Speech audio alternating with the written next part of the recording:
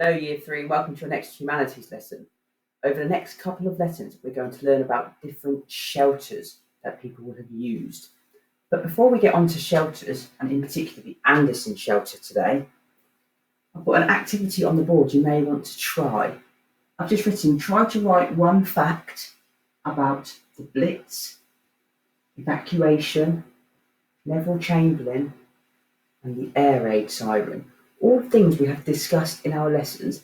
Can you try to write one fact? You might be able to write two facts about any of these things. If you get stuck, you could also have a look back through your book, but hopefully you can remember a fact about each of these four things. You could pause the video and then unpause it when you're finished. Thank you, Year 3. I'm sure you came up with lots of answers. For the Blitz, you may be able to describe what the Blitz was, maybe listed some of the cities that were bombed during the Blitz. Evacuation, again, hopefully you could remember what evacuation was, and maybe some facts about children that were evacuated, for example, where they went or what they had to take with them.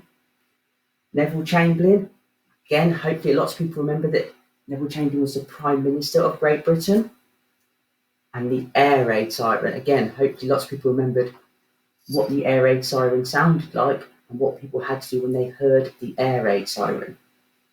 And that leads quite well into today's lesson, because when people did hear the air raid siren, they would have to take cover in their shelters. And today we're going to learn about the Anderson shelter. I'm just going to read the paragraph on the top of the sheet to begin with. Anderson shelter. This is actually written as if it's about a child during World War II, a child called John. There were different types of air raid shelters. John lived in Birmingham, but his mum didn't think he was old enough to be evacuated, so every night they slept together in their Anderson shelter in the back garden. It was like the one he had at school, only smaller. Some schools also had shelters. Anderson shelters were made out of curved sheets of metal and then half buried in the ground. Earth and grass was used to cover them up, leaving only the doorway showing.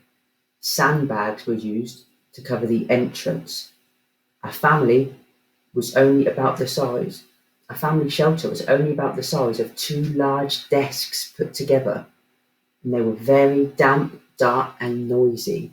Inside, you kept all your important clothes, blankets, food and water. So that gives you a little bit of information about what an Anderson shelter looked like, what it's made from, and the things that people may have included inside their Anderson shelter. All the answers to the questions today are all in the text that I have just read. So you can always listen back through to try and find the answers to those questions for the facts about Anderson shelters. And in some of those videos that I have uploaded before, there are pictures and videos that show people using their Anderson shelter. I'll try and add a link to the exact point in the video so you can have a look again if you'd like to see. So the first job is hopefully everyone can answer the questions on the sheet about Anderson shelters. At the bottom it says you can draw an Anderson shelter. If you do choose to draw an Anderson shelter, again, try to include information that you have read. If it says where the Anderson shelter was, make sure you show that in your picture. If it says what was outside the Anderson shelter or on top of the Anderson shelter, try and show that in your picture.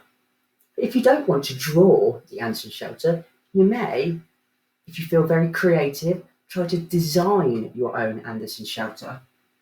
I have created the start of mine just using some cardboard. So I've just got the basic shape of my Anderson shelter. I'm sure you could take it a little bit further, have the back of your Anderson shelter, have your door at the front, maybe even include some things that would be inside your Anderson shelter as well. So there's an extra challenge for you. I've started mine, but can you design your own Anderson shelter? I've managed to do it, so just a tiniest box. So it doesn't have to be really, really big unless you really want it to be. So there's an extra challenge, but I look forward to seeing what you come up with today. Thank you for watching Year 3.